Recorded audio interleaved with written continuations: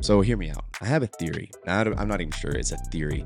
Some of you are going to hear it. You're going to think, Well, duh. but I'm going to say it anyway. In order to get stronger, physically stronger, we go to the gym, perform a movement repeatedly over days, weeks, months, even years. And on the other side of all of that strain and stress on the muscle, you get stronger. You get a bigger, more developed muscle. In order to get smarter or learn a new skill, we repeatedly consume information in textbooks and lectures, and then we apply them in different settings in both practice and then in the real world. And then after all of that mental strain, you come out on the other side with this base of knowledge. You've consistently pushed and pushed to grow your current level of knowledge. Now you've arrived at this point where you can start to build expertise. So if you can build physical strength and you can build this huge base of knowledge just by repeatedly challenging yourself, there's a huge gap that the overall population is leaving out. It's willpower, the ability to control yourself. Why wouldn't willpower or our frame of mind or our mindset be any different than building strength or building knowledge? And my thought is it's not. It's actually not any different at all. Again, this is just a theory. So I don't have any science or peer-reviewed studies to back this up. But what I do have are some personal examples, as well as examples of others that this does in fact work. Take arguably the most infamous, mentally tough person on the planet right now, David Goggins. Especially if you're in the world of self-improvement, you know exactly what I'm talking about. David has said it repeatedly that if you don't consistently push your comfort zone, you'll fall behind. You'll actually become soft. And he's demonstrated pushing his comfort zone time after time after time in both his career and physicality. And people get inspired by it. People are motivated by it. Your struggle is what made you who you are now. So I started flipping this into a whole different, I started being a master of what I was scared of. I was scared of my mind. And I became literally a master of that mind. And that's what now, from now on, it sets me apart from most people.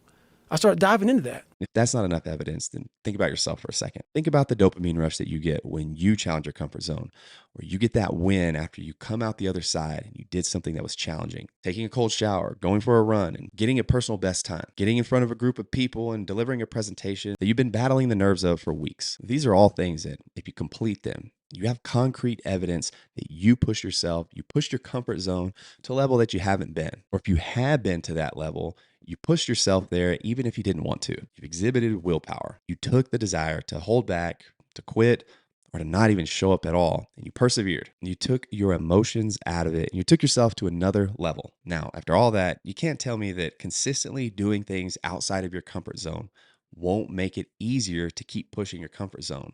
Just like training, just like education, you push yourself a little bit harder. You see the results, you get the reward, you get inspired to push a little bit more and go a little bit further. You want to keep on improving, although it's not always that black and white. That's the cycle that we all strive for. Continuous results through continuous improvements. But here's where things take a turn. There's going to be some people that can't hack it. They're going to weasel their way into a position somehow or another and eventually be found out. It's one of those things where you look at, how did that guy even get to that position? It makes no sense. Someone with a little more intelligence, a little more intuition, they're going to know that this guy's a troll, and they'll eventually be figured out. It's these same guys that lack the patience, but more importantly, the integrity to do things right. Their sense of self-belief is so low that they resort in cheating the system. The absolute honest thought is, how can I get the results of these people that work very, very hard without actually doing the work? How can I get that same accomplishment or feeling of accomplishment in a fraction of the time? I'm talking about taking TRT or PEDs in your 20s before you've even spent years eating right and training properly, or cheating on an exam when you slacked the entire year, or simply mentally masturbating to telling people how disciplined you are,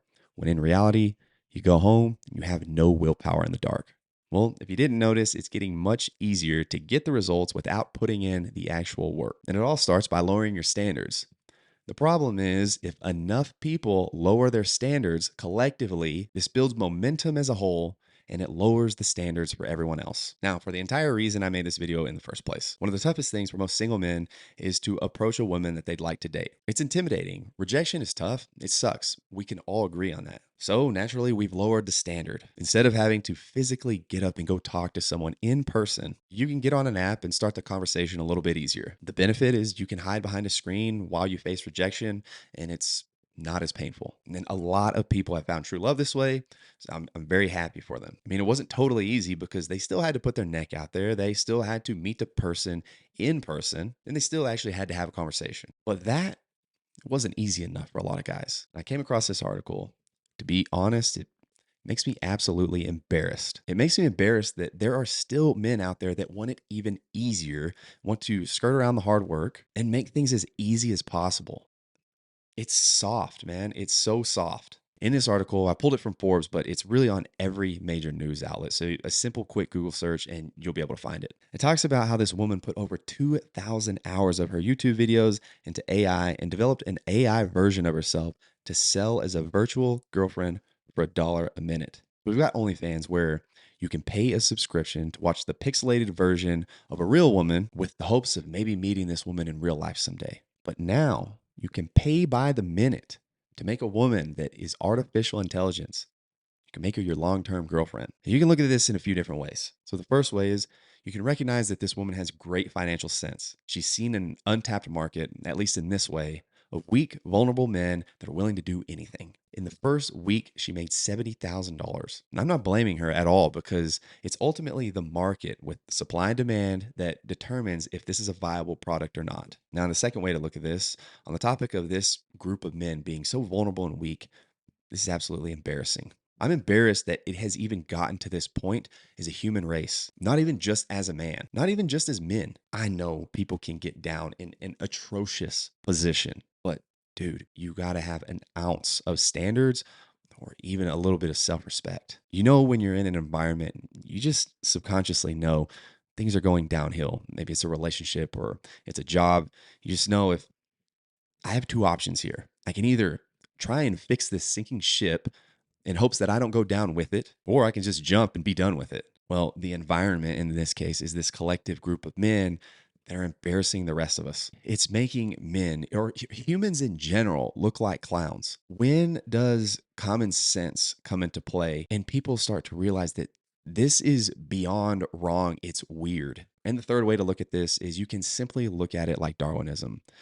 Only the fittest will survive. This is simply filtering out the ones that didn't have a chance to begin with. Now, this is the depressing part because you have this market of men that have no standards, they have no self respect, and they're willing to pay for something that has absolutely no real benefit. And if you say the benefit is to combat loneliness, I'm not trying to hear that.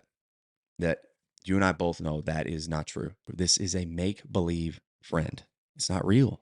You got to do the hard work. You have to go out and talk to somebody.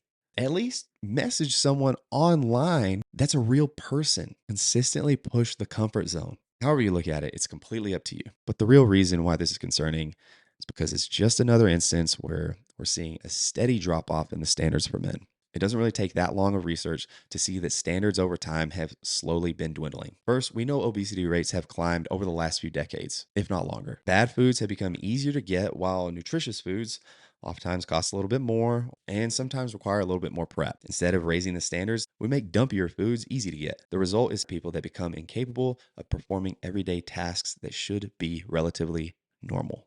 Second, the rewards that people get have gotten easier to acquire. Participation trophies, it made the hard work of success much easier to acquire. And finally, we are at the age of dwindling the standards for sexual intimacy. Now you know that you no longer have to leave the comfort of your own computer to have a long term relationship. You never have to deal with the arguments, the frustrations, the challenges that come with a real relationship, but at the same time, you don't get the physical touch or the mentally stimulating conversation with a real person, although that is also in the works with these life-size robotic AI girlfriends. So this was more of a depressing video to make because we've got guys out here with the standards the height of a credit card. We got to raise our standards. We have to uplift the entire group as a whole. You can't be looking like a fool paying a subscription to an AI girlfriend, man. We're in the era where people are afraid to say what's truly right. They're going to face scrutiny if they're too tough on someone. They're going to get backlash if they offer someone the truth. Look, you don't have to be a world leader or a business mogul to be a leader. You can choose to be one.